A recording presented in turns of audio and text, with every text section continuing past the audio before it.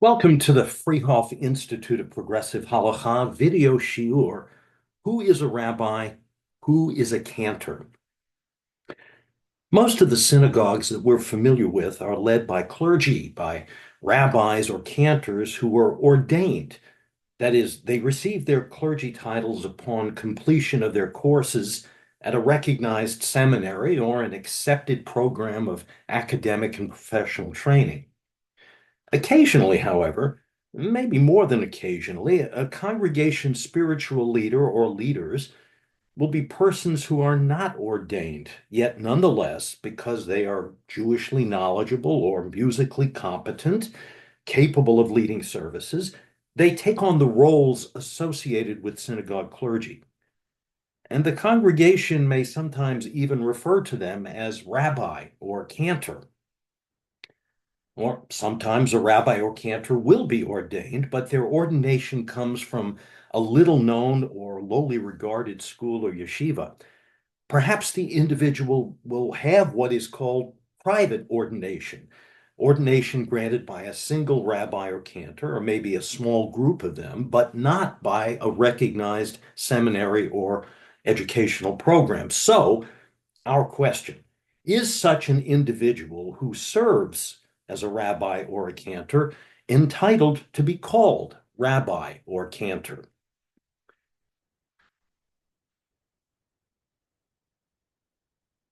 And this brings us to a statement posted at the website of the Union for Reform Judaism, the URJ, the governing body of the institutional reform movement in North America. The position of the URJ and of the Reform Movement's clergy associations is unequivocal. And let's read the slide. The Union for Reform Judaism supports the Central Conference of American Rabbis and American Conference of Cantors standards in determining usage of the titles rabbi and or cantor in the context of our movement-wide conferences, publications, and social media platforms. The CCAR and ACC deem rabbinic and or cantorial ordination and investiture bestowed as noted below from the following accredited institutions sufficient to meet the guidelines for the usage of the titles rabbi or cantor in a Reform movement setting. Therefore, please choose the title rabbi or cantor only if you meet these guidelines. And here is a list of those accredited academic institutions. Now, we can always quibble about the list. It's quite possible that there are seminaries, let alone traditional yeshivot, that the list leaves out, maybe that they belong there. But our question, though, is whether any such list, no matter what institutions are on it, whether any such list of accepted, accredited institutions is kosher. What gives the URJ, the CCAR, the ACC, or for that matter, any organized Jewish group or institution, the right to act as gatekeepers, to say that you don't deserve the title rabbi or cantor unless you meet our list of educational requirements? The answer depends in large part on what you mean by smicha, the word translated as rabbinic, and nowadays cantorial ordination. What is smicha? Well, that's a complicated question in Halakhah, in Jewish law, and it's the subject of a teshuvah, a responsum or a decision by the CCAR Responsa Committee entitled Who is a Rabbi? In this shiur, we're going to explore that teshuvah and hence the title of the shiur. And we begin with Maimonides, or Rambam, in his great code of Jewish law, the Mishneh Torah, where he summarizes the Talmudic laws of smicha and presents them in a systematic fashion. He rules and he states all Jewish courts, the Beit Din Hagadol, the highest court, the smaller Sanhedrin, or any Beit Din or court of three judges must include at least one judge who received ordination, smicha, from an ordained judge. And the term he uses, highlighted up there, is samuch mipi samuch, hasamuch. That is, a judge who was ordained by someone who already possessed ordination. Now, in the second paragraph, Rambam describes the process, the original process of this smicha. Moshe Rabbeinu samach Yehoshua biyad. Moses, our teacher, our rabbi, ordained Joshua by laying his hands upon him. As it says in the book of Numbers, Vayismoch et yadav alav vayitzavehu. He laid his hands upon him and commissioned him. Similarly, Moses ordained 70 elders, and the Shekhinah rested upon them. Those elders gave smicha to others, and then those others to others, so that the chain of ordination reaches back all the way to the Beit Din of Joshua and the Beit Din of Moses. So we get the word smicha from samach, samach mem kaf, which implies a laying on of the hands. But if that's how Moses did it, it's not necessarily the way it's been done ever since. The Rambam continues, V'chetzad hi asmicha ledorot. How is smicha granted after the days of Moses? The ordained judges do not lay their hands upon the head of the candidate. Rather, they call him Rabbi, and they say to him, you are now ordained, and you have the authority to adjudicate all matters, including those involving fines and punishment. So today's ordination is not a mysterious bestowal of power through the physical laying on of hands, even though some rabbinical seminaries do practice that process of ordination ritually by the ordaining authority laying their hands upon the head of the candidate. But meanwhile, what does Rambam mean by all matters, including fines and punishments? Well, he's referring to the limits placed on the authority of judges who do not possess ordination. We have to go back to the Torah for this. At the very beginning of chapter 21 of the book of Exodus in Parashat Mishpatim, we read the verse, Ve'ele hamishpatim asher tasim lifnehem. These are the laws that you shall place before them. Now, asher tasim lifnehem, you shall place before them, receives a lot of attention in the Midrashic literature. But one of the comments on that section of our verse is important for our purposes. It comes from the Bavli in Tractate Gittin, page 88b. Lifnehem v'lo lifnei hedyotot. You shall place these laws before them, that is, not before non-ordained judges. So in theory, what this means is that none of the laws set forth in Parashat Mishpatim, and there are a lot of those laws, civil, criminal, ritual laws, none of these laws are to be adjudicated by judges who do not practice or possess smicha. And that is potentially a problem because we go on to see that the Rambam continues in his description of smicha, En somchin zakenim b'chutz la'aretz. Ordination or smicha is not practiced outside the land of Israel. This is true even if those granting the smicha were ordained in Eretz Yisrael, and it is true even if those granting the ordination are in Eretz Yisrael while the recipient is outside of it. And it is obviously true, ve'en sarich lomar, that if those granting the ordination are outside of the land of Israel and the recipient is in the land of Israel. So classical smicha, the kind of smicha referred to in the Torah, takes place only in Eretz Yisrael. And not only that, but we learn that the practice of smicha no longer takes place even in Eretz Yisrael. We're going to read here from the summary by Rabbi Yechiel Mikkel Epstein in his turn of the 20th century compendium called the Aruch HaShulchan. Uv'avanotenu migodel hapizul shenit pazalnu ba'arba kanfot haaretz batla hasmicha v'dinenu kehedyotim. As a result of our sins, we have been scattered to the four corners of the earth. Smicha has discontinued, and our legal status is that of non-ordained judges. He calls them hedyotim. We've also called them hedyotot, same difference.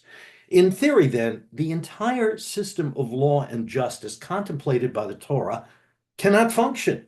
It doesn't work. We don't have judges with the authority to adjudicate the law.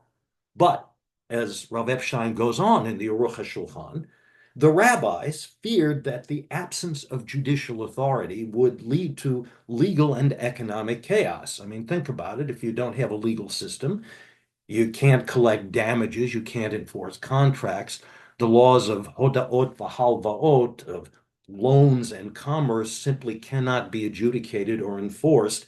Everything breaks down.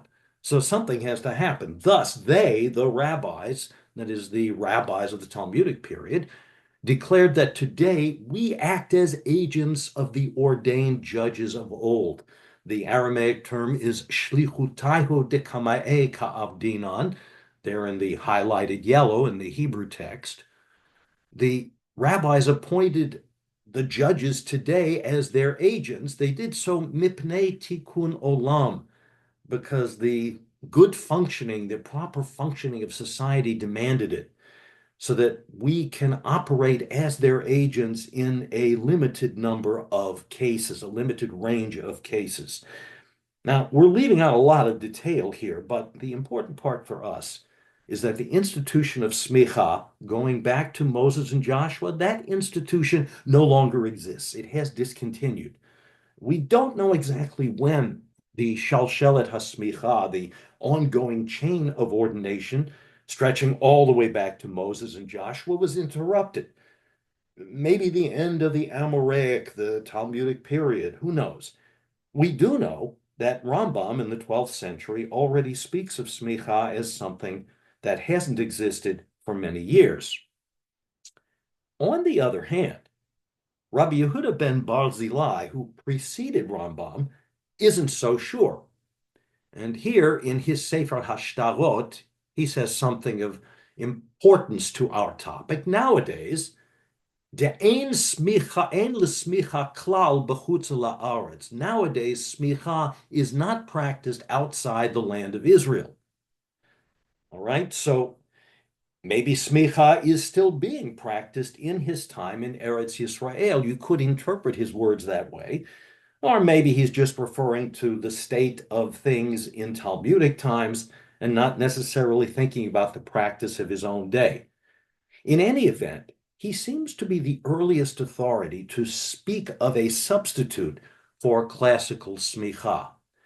He continues, but if the Bet Din or the community leadership want to give a letter of appointment to a worthy student, they can use the letter. He calls it a katav masmich, there the first highlighted section, that we have already mentioned. He's talked about this before. This creates no problem. It's not a kasha against the rule that there is no smicha that takes place today, because it's not smicha, but simply a dimayon, a metaphor of smicha, a zecher lesmicha, the second highlighted passage, a remembrance of smicha, of that institution, undertaken so that the students may enter the category of sages. That is, they could adopt the title of chachamim and perform the functions associated with the role of rabbi in a Jewish community. So from Rabbi Yehuda ben Barzilai, we see that diaspora communities were practicing a kind of erzatz smicha, to the point that they even use that terminology, smicha, even though they openly acknowledged that this was not real smicha, real ordination. And the reason they did this was quite practical. The need to provide a credential to a student, some documentary evidence that the student was qualified to serve as a community's rabbi. Now, this idea of qualifications for functioning as a communal legal or halakhic authority stretches back to Talmudic times, and we can see this in a midrashic passage from Talmud Bavli, Tractate Sota, Daf 22a, where we read, Amar Rabbi Abahu Amar Rav Huna Amar Rav. Rav said, what is the meaning of the verse from Proverbs chapter 7, Ki rabim halalim hipila va'atsumim kol harugeha, for many are those she has struck dead, and numerous are her victims.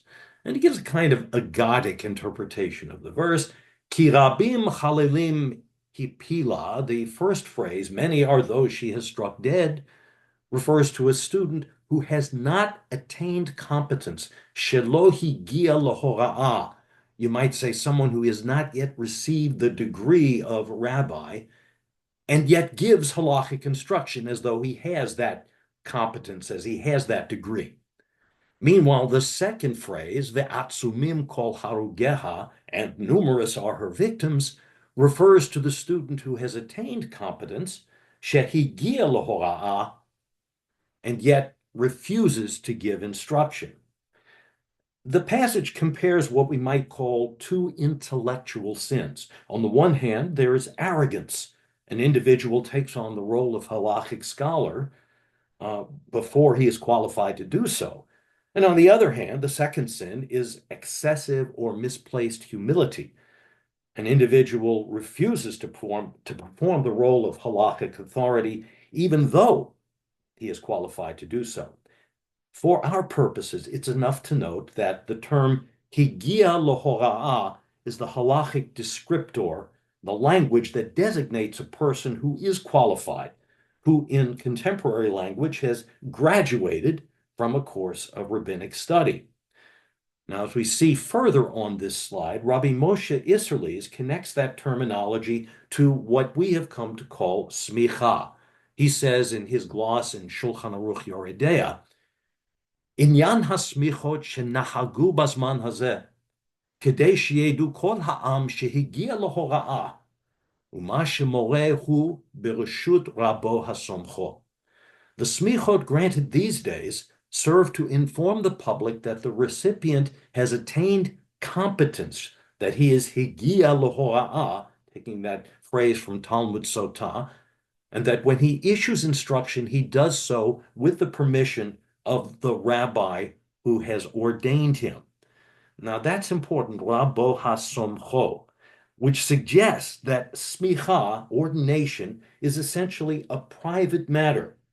It's the testimony of an individual rabbi, the somech, that a student who has studied with that rabbi has satisfactorily completed his, or nowadays her, required program of study. And here is where the CCAR responsum picks up, and you see the number and the URL if you want to access it online. The responsum states, if this is the case, that is, this business about ordination being the testimony of a teacher that a student is equipped and qualified to function as a rabbi, then no seminary, no yeshiva, or other institution owns a monopoly over the power to ordain. Any rabbi today is entitled to ordain any student who, in the rabbi's opinion, has attained that level of knowledge which qualifies him or her to function as a rabbi. And the community, which has the final say as to who shall perform that function in its midst, is under no obligation to engage the services of an ordained person, probably meaning an institutionally ordained person, as its rabbi. From all this, one could argue that there is no substantive objective content to the title rabbi. A rabbi is rather anyone who claims to possess some sort of ordination from a teacher. It would follow that we must recognize all such rabbis, in quotes here, as legitimate possessors of that title. We might also add that it follows that the real power to recognize rabbinical authority lies in the hands of the community or congregation that hires or appoints an individual to serve as its rabbi, and by extension, its cantor. If so, we might conclude that it is the community and not some school or national organization. It's the community that ultimately decides just who is a rabbi or who is a cantor, and that national organizations like the URJ, the CCAR, and the ACC have no business saying otherwise. Well, to forestall that conclusion, the CCAR responsum continues. Yet, though this is true according to the theory of Jewish law, our practice, that is, the way we live our law, has moved in the opposite direction. We emphatically do not believe that any and every person who is called rabbi or who serves some congregation in that capacity necessarily deserves the title. To us, rather, a rabbi is someone who is qualified for that distinction. It is therefore the widespread minhag among our communities, liberal and otherwise, to require that our rabbis receive the customary ordination, customary being a term associated with the word minhag, the customary ordination before we engage their services. Note that the responsum here is presuming our agreement. It speaks as though we already agree that while in theory we can hire anyone to be our rabbi, we don't want just anyone to be our rabbi. And that's where smicha, or more properly, what we today call smicha, that's where it comes in. By the way, the term customary ordination is taken from the Aruch HaShulchan. That's Rabbi Yechiel Mikhael Epstein. We've met him already. And he writes, and we're going to go ahead and take a look at this, Ma she'amalnu she'en somchin bazman hazeh. We have said that smicha is no longer granted. This is not contradicted by the fact that the ordination of rabbis, smichut rabbanim, is still practiced. For today's ordination was enacted by the rabbis as a symbolic reenactment of the original smicha and serves only as an endorsement of the bearer's competence to issue halakhic instruction. And you see here that Rav Epstein is echoing the thought process of Rabbi Yehuda ben Barzilai that we've seen already, that smicha today is simply zecher l'smicha. It's a representation, a memorial of the original smicha, but not the same thing. He continues, this is especially important for the procedures of divorce, marriage, and chalitza, over which one should not preside without smicha hanehuga, the customary ordination. And that seems to be where the Reform Responsum picks up the term. That precisely because in some areas of Jewish law, we really do want competence and knowledge on the part of our rabbis, the way our community determines that the rabbi possesses that competence and possesses that knowledge is through the rabbis possessing this kind of smicha, not real smicha, not the Moses to Joshua laying on the hands type, but rather the attestation by a teacher or by an institution that this individual has higia lahora'ah, that this individual possesses the competence to be a rabbi. In Lithuania, just as with us, communities demanded some level of competence in their rabbis, and so they looked to smicha as evidence of that competence. The responsum is telling us that our smicha serves the same purpose, but with a significant difference. Like our medieval ancestors, it says, we utilize ordination as a criterion to measure one's qualifications for the rabbinate, to determine that one meets and hopefully exceeds the minimum requirements of knowledge and expertise that we would set for our rabbinical leaders. If ordination is to serve as such a standard, it must surely be something more than an expression of some rabbi's opinion or a signature on a piece of paper. Ordination must rather attest that its recipient has successfully completed an extended and rigorous program of Torah study and professional training, which prepares one to exercise the rabbinical function in our communities. That is, when we today speak of qualifications, when we talk about someone who is higia lahora'ah, who has reached the position of being able to function as a rabbi, we are not satisfied with the way they attested these things back in the old country in days gone by. We expect our rabbis to have completed an academic program of rabbinical education. The responsum continues. Now, how do we define this program? Every Jewish community since the Middle Ages has developed its own answer to that question. In our community, that is, in the Reformed Jewish community of North America, it is customary, and that word harkens back to this business about smicha hanehuga, the customary ordination. It is customary to require that those who wish to serve as rabbis graduate from rabbinical schools, seminaries, and yeshivot, whose curricula, in our estimation, clearly reach the necessary and desirable standards of educational excellence. Until now, the respondent has presumed our agreement. After all, if every Jewish community since the Middle Ages has acted this way, has demanded some credential to attest to the rabbi's competence, then we have every right in our own time and place to act in a similar way.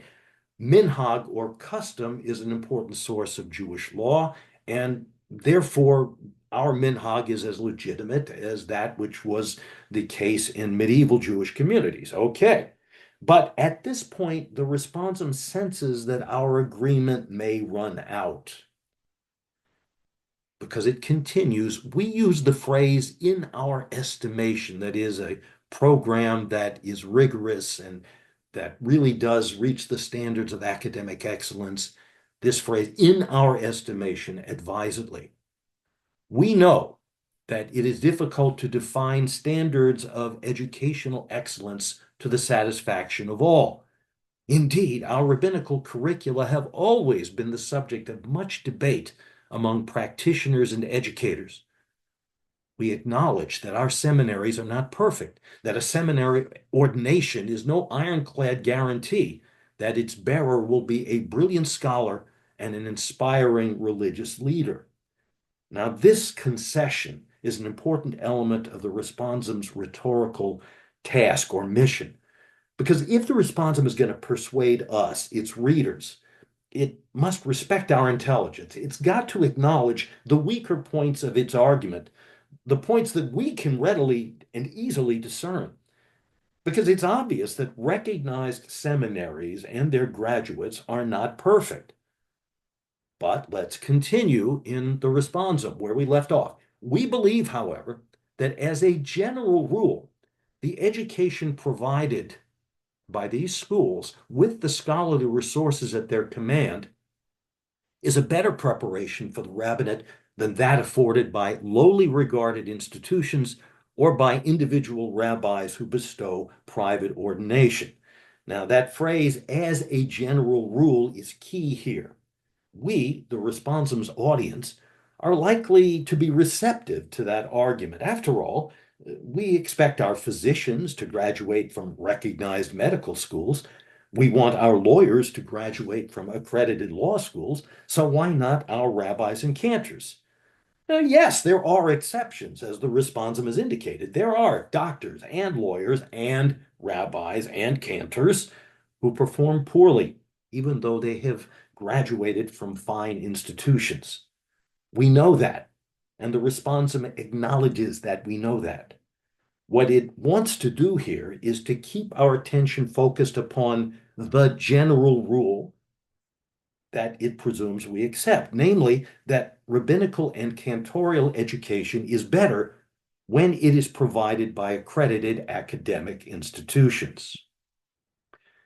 The responsum continues, we also assert the right and the duty to act upon this belief.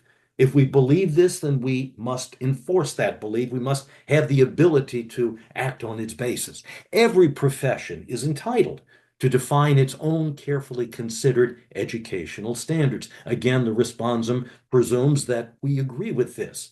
Those standards will inevitably be the subject of controversy, but at the end of the day, it is the responsibility of the members of the profession to decide upon them and to enforce them. To deny us the right to set the standards we would demand for rabbinical education merely because they are controversial is to conclude that there are no standards, that there is no substance to the word rabbi, and that a rabbi is legitimately and properly anyone who chooses to assume that title. Again, the respondent speaks to what it presumes to be our agreement, right? Nobody would claim that there should be no standards and no substance to the title rabbi. Indeed, we do not believe this. The people whom we serve do not believe this. To draw such a conclusion would be absurd, and to act upon it would have destructive consequences for both the rabbinate and Jewish life. The best path, the one we must surely take, is to insist that our rabbis meet educational standards that, in our eyes, do honor to the title that they carry. In other words, even though seminaries and their ordinees are admittedly imperfect, the alternative to insisting upon standards is no standards at all. To draw that conclusion, the responsive argues, would be absurd. So it has become our minhag, our custom, to insist upon a seminary education for our clergy. Since it's a fact of life that some seminaries and training programs are better than others, some will be found acceptable and some won't. So, getting back to the reform movement's approved list, again, we can quibble about the list. Maybe some of these institutions should be removed from it. Maybe some that are not named here ought to be included. Since the population of a list like this is a matter of judgment, those who compile it must take the responsibility for making that judgment wisely, for re-examining it from time to time, and for making any necessary adjustments. We can argue about these things, and we should. The point, though, is that the Reformed Jewish community in North America needs some such list in order to identify just which candidates have higia lohora'ah, are qualified to serve the community as its clergy, and are entitled to be called Rabbi or Cantor. This has been a video shiur of the Freehof Institute of Progressive Halakhah. Thanks for joining and learning with us.